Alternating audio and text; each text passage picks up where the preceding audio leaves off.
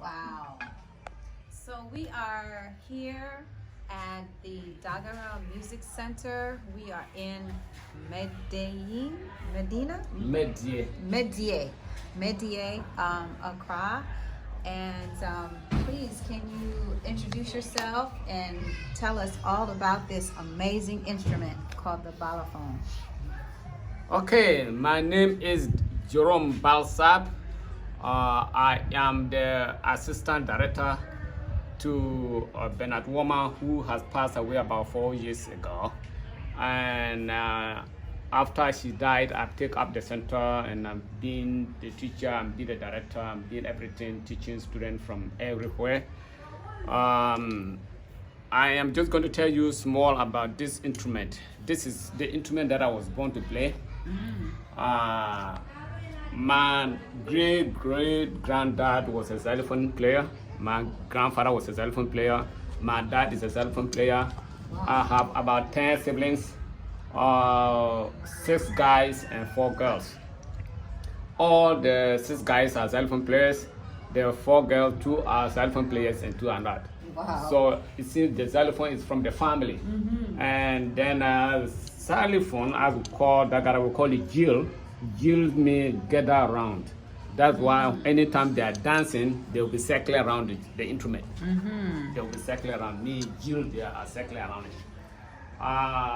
Xylophone, as you call it, and we call it Jill. Jill? Yes, Gyil.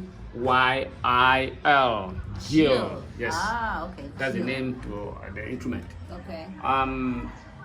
Xylophone have gotten a very big history that we cannot even finish telling the history about xylophone, even if we spend about 2-4 days. Wow. But I'll just go briefly to it for pick up some point from the area that you can understand, so that you can also tell people about it. Xylophone was an instrument that was being founded by a hunter. And those days we don't have a science. There was no science at those days, so there was nothing being written about the person's name, where he's coming from, the clanship, the village that he was coming from. There was nothing like that. So the person just went out for hunting, and then realized that this instrument was with a dwarf. What happened was, this man had gone out for hunting for the periods of the times he went out. Now, those days there was no farming for people to say, I'm going to produce food for them, for my family to live on. They only live on meat. So they go out and hunt and bring the meat home, and they eat for the rest of the year. So this man have been out for there sometime 4-5 months, and he doesn't kill anything. So she was so nervous. She don't know whether she was going to survive with the family or they all going to die. So she was just like so bad. She was feeling bad while she was walking toward home. And then when she was getting close to the house, she realized that she found one antelope. And this antelope was just running uphill. She was trying to also run away from the hunter so that she doesn't being killed. And the hunter also promised himself that if I don't kill this antelope, then my family will die, because I have no food for them. So she was chasing the antelope, and the antelope was also taken up through the hills, the mountain. So she was chasing until the antelope go into the droughts. I hope you all know about that little human being like this sort. We call them the dwarfs. Yes, adope. Oh. Yes. Adope. Yes. Okay. Yes. Okay. Yes. Dwarfs. Okay. Yes. This guy, the antelope, go into the dwarf house, and then this guy, the hunter, also enter into the dwarf house and realize that the dwarf was playing the Jill. And then the dwarf asked them, "You are welcome to my house. What is the reason? Can I help you?" And then the hunter says, "In fact, I've hunted for the rest of the month, like 4 or 5 months now. I haven't killed anything. And this is just the last animal that I found. And if I don't kill this animal, my families are going to starve and die. So I wanted to kill the antelope. And the dwarf said, no, I'm not going to let you kill this antelope. The antelope is my son, so I'm not going to let you kill the antelope. And Hannah was standing there while the dwarf was playing the jewel, and the antelope was also sitting there. And then finally, the hunter was just knocking his head because he was feeling the sounds, he was enjoying the music. And the dwarf said, well, if you want the instrument, I'll give to you instead of killing the antelope. So, and the hunter said, well, if you give me the instrument, I'll take it. But she was not happy about it because there was nothing to live on. So the dwarf said, okay, take the xylophone, the instrument and leave my house and leave my son. Then the hunter took the xylophone away and carried it, and she was crying while she was going toward her. So just as she was seeing the house, she realized that she saw like many antelopes just walking around him. So she began to be killing them one by one, And then after she killed a lot of them, she took only the xylophone home just to surprise the people that I haven't killed anything. So when they saw the father was bringing the thing, something on their head, his head, they were happy. And when she dropped it and it was wood, they were all mad at the father. The wife was so angry, the children were all crying, they knew they were going to die. Finally, the wife, the hunter sat down and drank some water, and then she go and lay the xylophone on the ground and started playing it, so they were happy. Wow. And then they all came out and danced around, jump around, and finally the hunter says, hey, you go here, check at this particular side, you see some antelopes, bring it. You go here. So she started showing them where she put all the antelopes. They went and brought them. And they were having a lot of food to eat for the time being. So then she checked to see the strings that they used to fasten the jewels, the key onto the frames was an antelope skin that they used to fasten the key into the frames. Okay. So she began to skin all the antelope that she kills, just to make the rope out of it in case it breaks.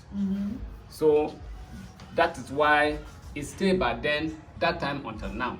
So people are using the antelope skins to make it a rope and fasten the keys on top of the jewels.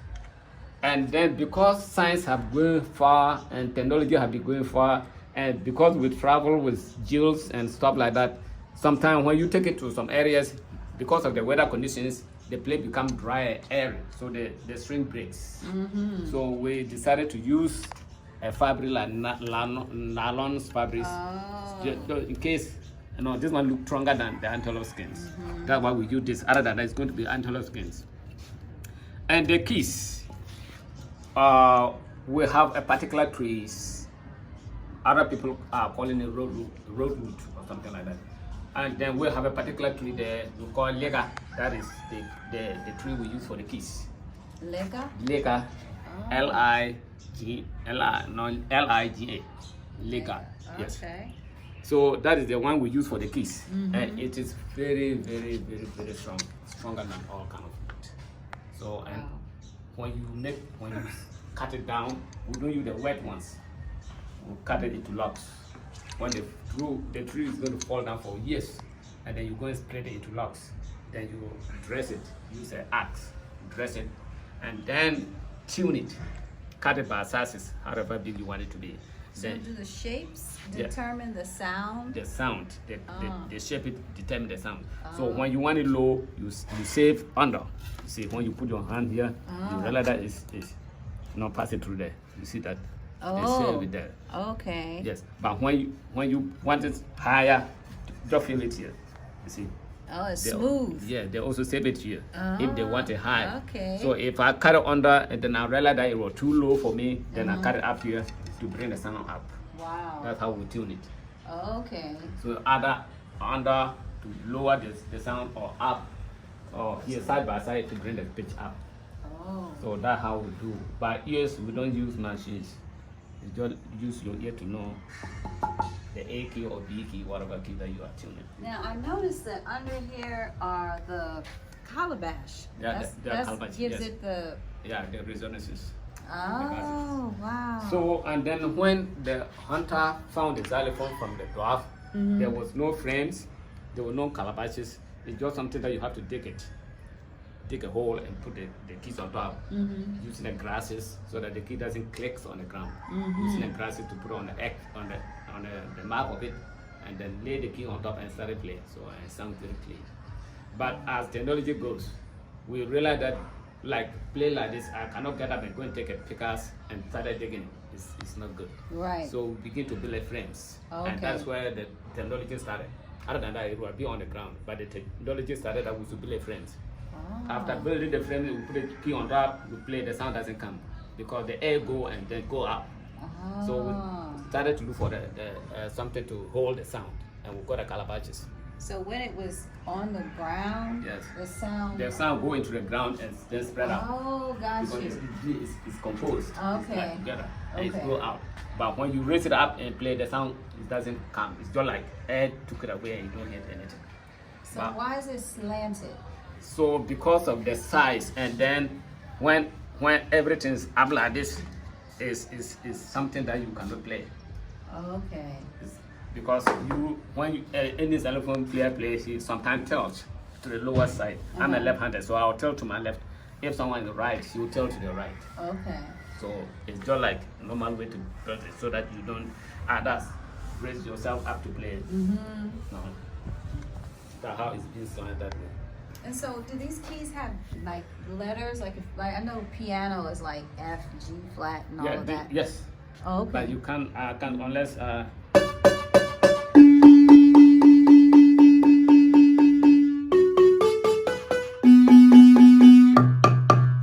call it the actives. So these are actives. So you just memorize. Memorize it. Yes. Oh wow. So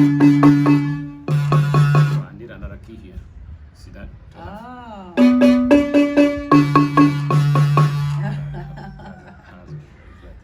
So, and then after we got all this thing done, and then we get the calabashes fixed, we started to look for something that is going to spread out the sound. That's why we have the holes, those little holes there, white patches there. Yes. These white things are called the spider axis. What is it? Spiders, not spiders. Spider? Yeah. Access? Sacs. Oh. So when the spider lay the eggs, and then it hatches, the baby go away, leaving the cases in there. So children is going to peel it out and take it to their fathers. Oh. And then you make a hole and put it, paste it. You for element glue or white glue, you put it on the edge and paste it. Wow. And then when you get some, Whoa. yes. And then yes, today we don't have now everywhere there be buildings, this kind of houses, so we don't have the spider access again. So we begin to experiment. Sometimes we use gray papers, it doesn't work. Sometimes plastic bag, it doesn't work. Sometimes paper itself, it doesn't work. So one time we realized that we look for the FedEx envelope. You know, it's so soft and fluffy, like it's so soft. Right. So we peel it out, we just tear it and peel it. Peel it again, and then we cut it and paste it, and the sound go up. So these are not spider exile, but they are feather envelopes.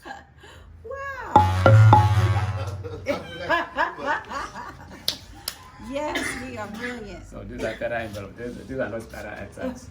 Wow.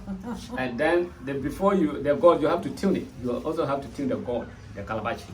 Oh, really? Yeah, you have to tune it. How? Match it. Yes. How would you tune it? You tune it through the mouth. You see? Oh. You cut the mouth. You cut it either opened. When you cut it open, it become high. But when you close it, it become low. Wow. Yes. So you have to test the key, test the gourd. So they are. It's amazing to me how our desire for music causes us to find ways to create with the things that are around us. Yeah.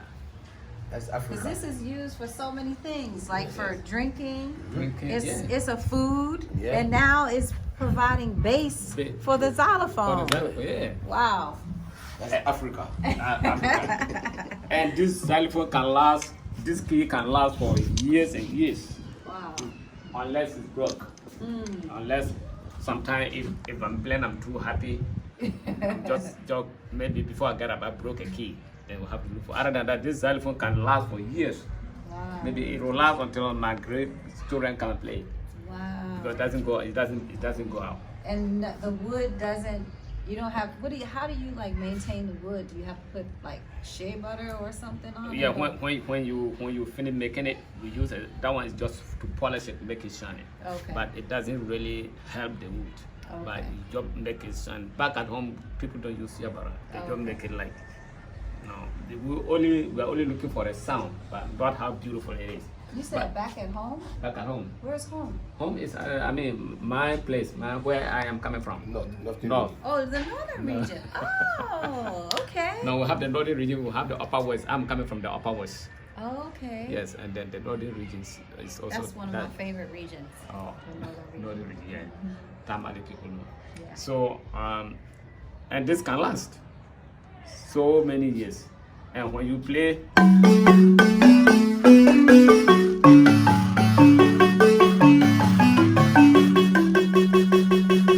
the sound go into you and vibrate. This is my iPhone. This is my iTunes. This is my everything. If I'm not happy, I'll go and sit on it. I have about 4 of them in my house. That just every day, I'll say my wife is complaining about making noise, and I say I'm okay with that. No, don't worry, I'm fine. Right. So when I get up every day, I have to play until people, I say, oh look, it's okay, it's midnight. Then I get up and go to sleep. It's your meditation. Yeah, it's just my medicine. I've never, even if I have a headache, just sit down and play. If I have anything, if I don't even eat food and I sit on this, I'll get up and go and sleep. That's okay. Wow. Don't drink water. So this is my everything. This, if I play, is go into my system. Like it's I don't know how much I can explain to you guys to know how it's worked in my system. I understand. Maybe someone thinks maybe also be the same thing. That's what Okay. feel it. My sons do